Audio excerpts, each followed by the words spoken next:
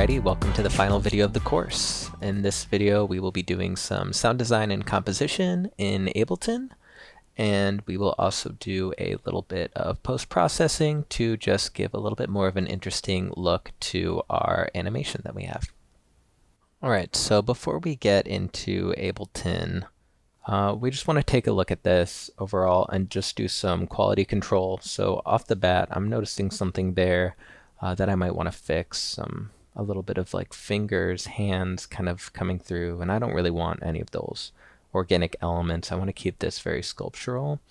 But yeah, this was my favorite seed. It turned out great. The colors are great. The motion turned out really nice.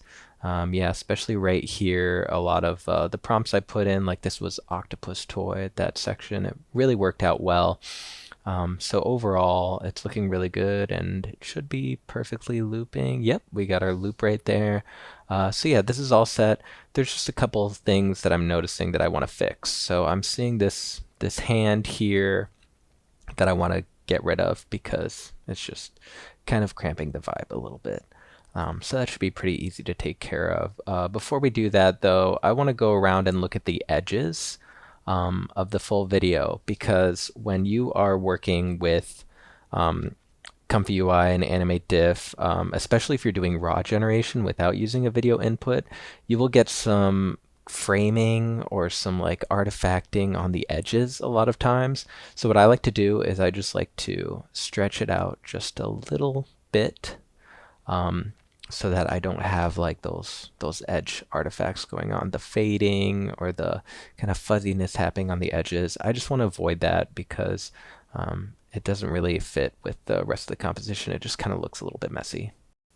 So yeah, so I'm paying attention to the top and bottom and the sides, and I'm just checking for any time where I see some little things kind of coming up on the edges that I want to avoid. Right now it's looking pretty clean. I'm not seeing anything really that's sticking out. I think we might be good for the rest of the clip here. Oh, maybe right here, just a little bit. I'm just noticing a little bit right there. So what I'll actually do is I'll just nudge this over with the arrow keys just a couple times, and then I think we're good.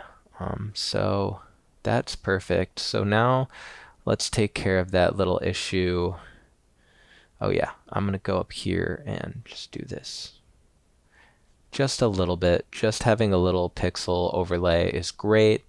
As a graphic designer primarily, I always, have a little bit of bleed over artboards, even for digital assets, and I do the same thing with my videos. Just little quality control things. So now what we're going to do, similar to Blender, we are going to make some keyframes in After Effects for the position and size of the video. And this is going to allow me to crop it where I'm seeing these kind of fingery things popping up here. So I'm going to go ahead and zoom out a little bit, and we're going to do a keyframe. So we're going to scale up and just move it over just so that there's no hint of any kind of finger. There we go.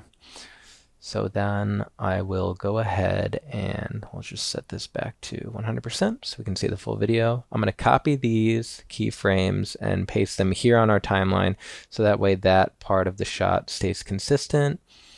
And then I'm right here, I'll copy the first keyframes, which is our original position, and I'll paste those here on the timeline, and that way the video goes back to where it started. So now, as we can see, when we play through, and it goes right back to the normal position. So we kind of curved those fingers. So we're avoiding that in our render, and the rest of this render is great. Again, the colors, the forms, the movement, everything's working really well. So I think now what we can do is we can take this into Ableton. So I'll go ahead and export it as it is right now. And then we'll bring it into Ableton to use as reference, and we'll start getting some musical elements in here. We'll get some sounds and really create the atmosphere and kind of fill out this emotion and create a sonic space for this aesthetic that we've put together. All right, so now we're in Ableton, and what I love about Ableton is you can open up this window on any video, and it treats it like an audio track that you can watch, basically. So I'll solo this here and just play it, and there we go. So we have our video playing as a track in Ableton, which makes it really easy to score and kind of keep a pace with our video. So our video is 1 minute long, so I have the BPM set to 128 up here, which gives us 32 bars. That should be perfectly looping. I didn't know if I wanted this to perfectly loop, if it needed to, if I was going to go abstract, but I ended up doing something more like a song with a mixture of doing some sound effects as well. So I have a piano here that I started with, and it's a great piano from SoundPaint. It's their free piano, the 1928 Steinway Main Vintage. There's a lot of different presets to choose from. It's really high quality. They sampled a lot of individual keys at different velocities, so it sounds very real. So what I did is I created a chord progression. I just did the velocities. I wanted this to really be organic and light. I wanted to give a sense of mystery, curiosity, and beauty. So I felt this progression really did that for me. On the track below that, I have the same piano set up with a couple different adjustments to the settings, and then I have some effects on it as well. So you'll notice I'm just using one note at a time for this, and that's because I have an arpeggiator set up to randomize when the note plays, and I have some LFOs to automate that randomly. I also have some panning so it moves around a lot. I really wanted this to just be this kind of living, breathing background piano element that would accompany the main piano chords and just create some interesting emotional atmosphere.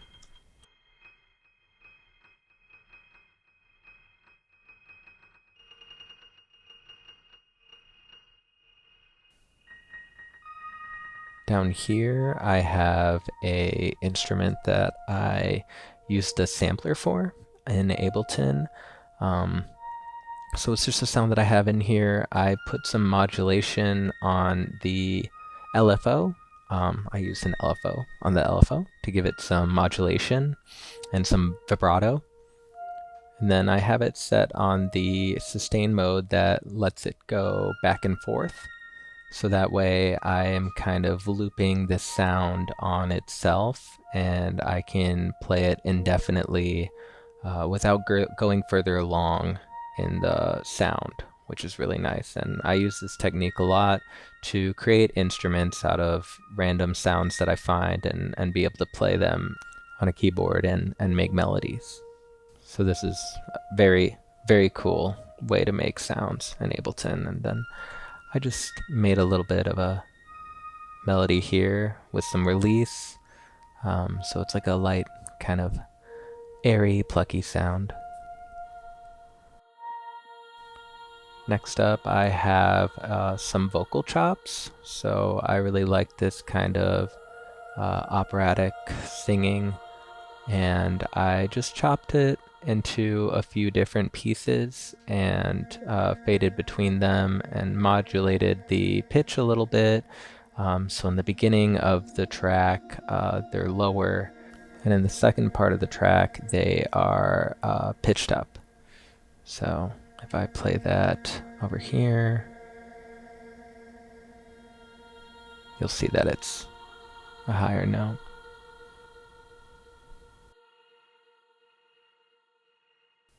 So I started adding these different kind of percussive sounds of like plates and cups and dishware. So this one, it's just the sound of like a plate sliding against another plate. And what I did is I stretched it out and I put on a delay just to kind of elaborate on that moment. I'm trying to dilate these sounds and textures the same way I'm dilating these image inputs when I turn them into something new.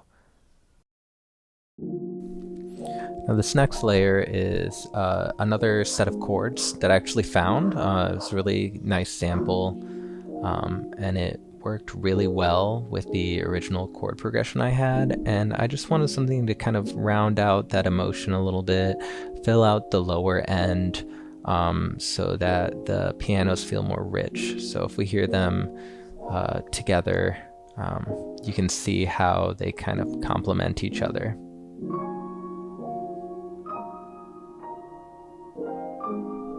And then I have this as well.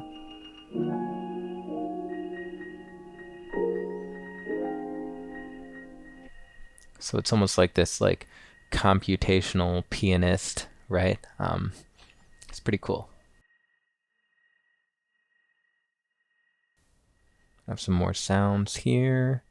This was from a horror game pack, but it fit really nicely. So um, just threw some cathedral on there. Again, reverb, adding that space. I use the cathedral reverb on a lot of different elements because it kind of makes everything sound like it's in the same place. And it glues together a lot of these sound effects because a lot of these tracks in between here are all effects that I've kind of made to give character to these moving forms.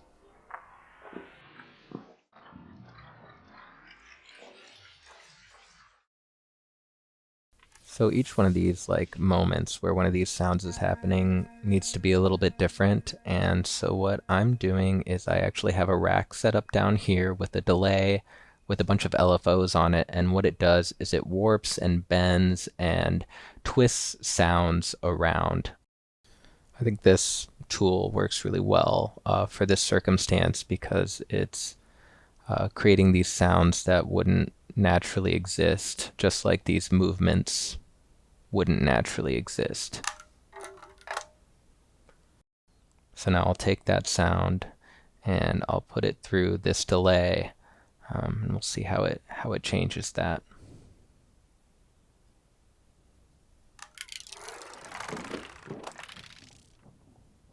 And see, so now I can take a sound like that and I can chop it up and stretch it. I can reverse it. I can pitch it down, pitch it up, and I can put it all through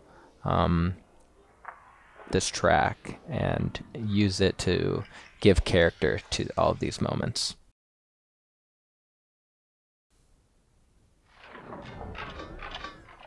Yep, so that one was using a drum sample, nice percussion sample, and it just, turns into this warped metallic glass stretching. I use some cathedral again as well. It just creates that depth. Again, glues everything together really nicely. Here's another really specific moment. And then same thing even with this wind blowing when these clouds come up. So a nice gust there with some delay in cathedral. Again, dilating these sounds and textures. This was a really nice sound to play with, this sound of a bicycle spinning. So what I did is I transposed it down as it was going to kind of create this slowing down time effect for this moment and the animation. And then I also have the cathedral reverb, dry and wet, going up so that it kind of drowns out and gets bigger and fades away into the back. Just creating that space. And here I have some sounds of glass that I've stretched out and pitched down. I kind of wanted it to sound kind of like a kiln almost. Like you're just hearing these little tinks and cracks. It's just another level of texture. I stretched some of them really tight to, again, I kind of had that like slowing down, stretching effect.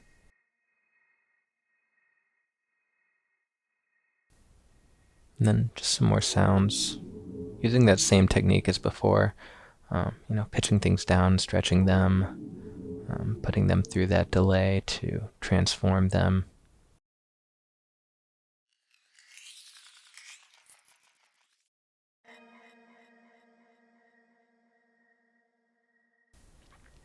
And then I add this layer of like natural sound as well. So just some birds and some air, some atmosphere to ground everything.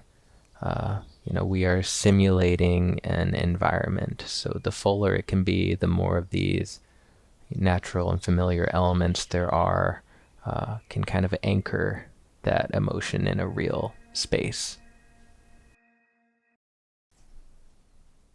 I have a decent sampler instrument here. It's a folk art violin, just playing a few simple notes, just an accompanying melody, treating the violin kind of like a pad here.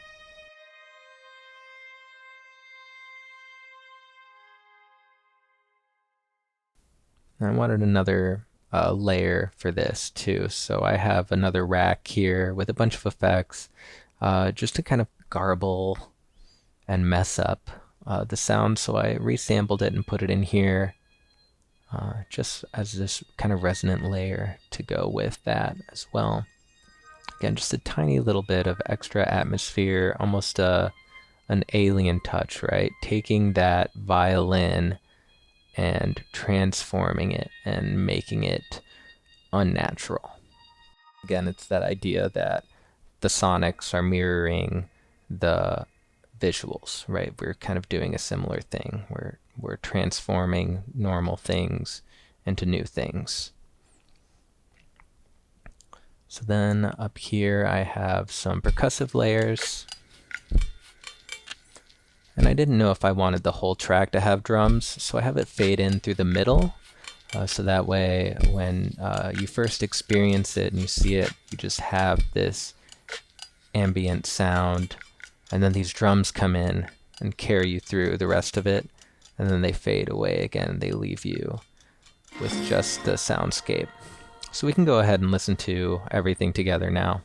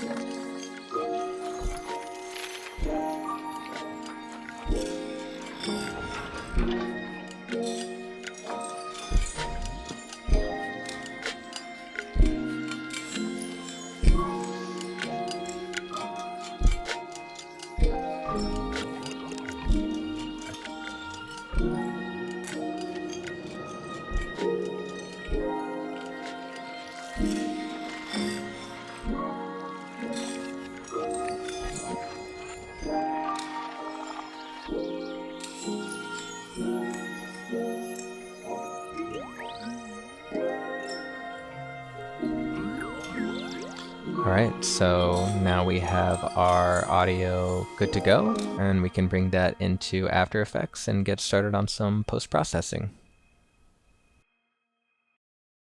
Alright, so we are back in After Effects. We have our audio here. We can check out our waveform, and as you can see, we've got it looping for the 1 minute. So perfect audio lining up there. We're going to turn that off for now. And there was something that I noticed earlier here. It goes back into position a little bit abruptly. So what I'm going to do is I'm actually going to adjust this a little bit here. So I'm going to pull these two out just a little bit further to make this transition a little bit smoother, so it's not bothering me so much. Yeah, that's perfect. That looks much better. So, all right, that's all set there. So the first thing I want to do is I want to pre-compose this layer and do that. And what I'm going to do is I'm going to add a wiggle to this because I want this to mimic like old film, kind of. So what I will do is I will start with the scale. I will not do it that way. I'll actually grab from the top and I'll just stretch it a little bit here, because what I'm going to do is I'm going to add a wiggle to the position here. I'm going to separate the dimensions, and then we'll go to Y and we'll set up our wiggle expression here. I'm just going to start with some arbitrary values for now, and we can dial them in as it behaves and see what works well.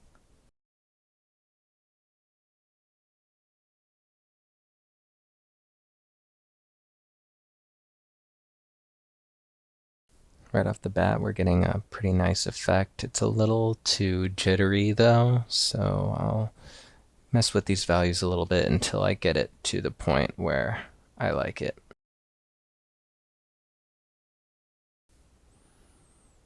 Alright, so this works for now. We'll keep moving along. It's definitely giving that old film vibe already, like the unstable camera running, film rolling. So we'll go to the next step here. So we'll add a new layer, and we're going to add a solid. Go ahead and name this Dust and Scratches, because that is what it's going to be. We'll search up fractal noise. We'll get some fractal noise here. And then we are going to turn the contrast way up. I'm going to switch our setting here. That one's working pretty well. And I'm just going to play with these settings until I have the look I'm going for. This one's looking pretty good, so I'll go ahead and add an invert on here. And how we do this is if you go to Effects, you go down here to the Evolution, and you can mark the seed as 0 here, and then depending on how high you put the number on the last frame, that's how fast it's gonna switch around. So this might be a little bit high.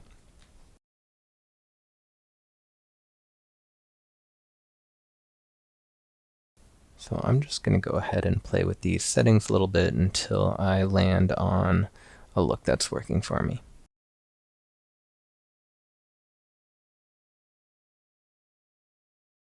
Alright, got that in a good spot. Now I'm going to grab some grain to add a little bit more texture to this.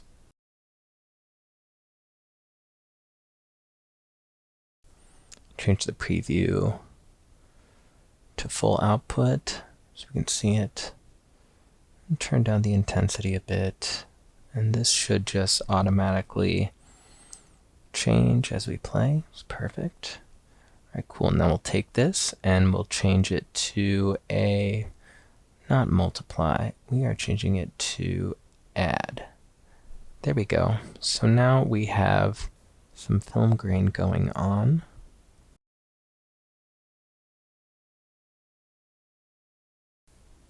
Now I'm going to go ahead and change the composition settings here. I'm going to change this to 24 so that it's more cinematic frame rate. And then also I will get a faster visualization of this too.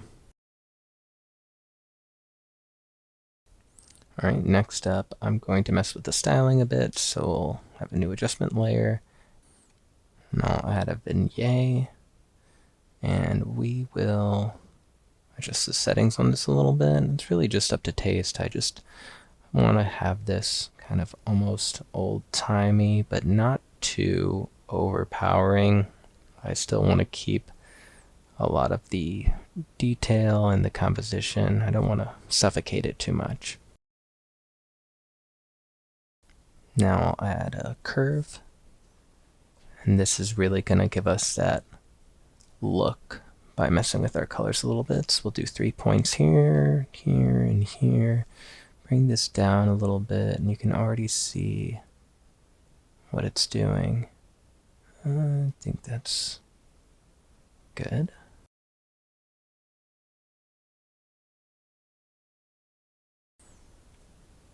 So now I'm adding another adjustment layer here, and what we're going to do is we are going to add our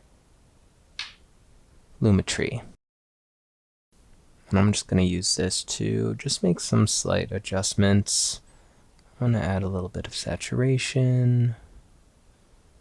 Definitely not too much. Just a couple of changes.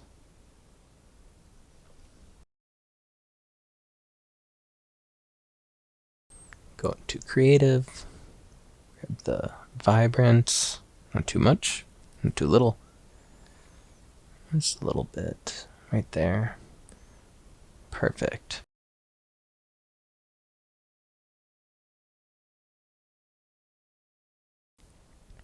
And now we're going to turn down the opacity of our dust and scratches.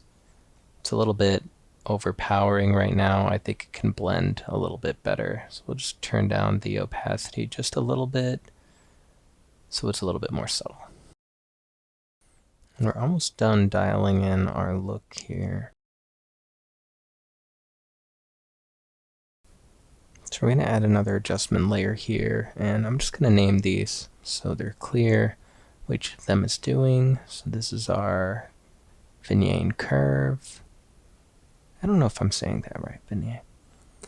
Then we have our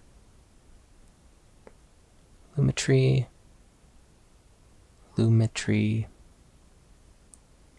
and then up here what we're going to do is we're going to set up our blur. We're actually going to move that below the vignette and the grain, because if this was filmed, the blur would be happening on the footage and not on the grain or anything like that. So now we'll grab our Gaussian blur. And we're going to do another wiggle expression here on the effect. So we'll set up our wiggle expression. Like before, we'll start with some arbitrary values and then dial in as it behaves.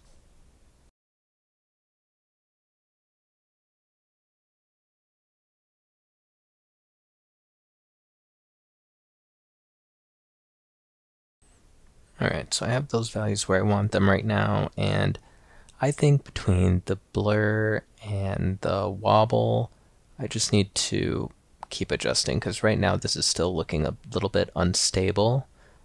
So I'm just going to take some time and get the values locked in.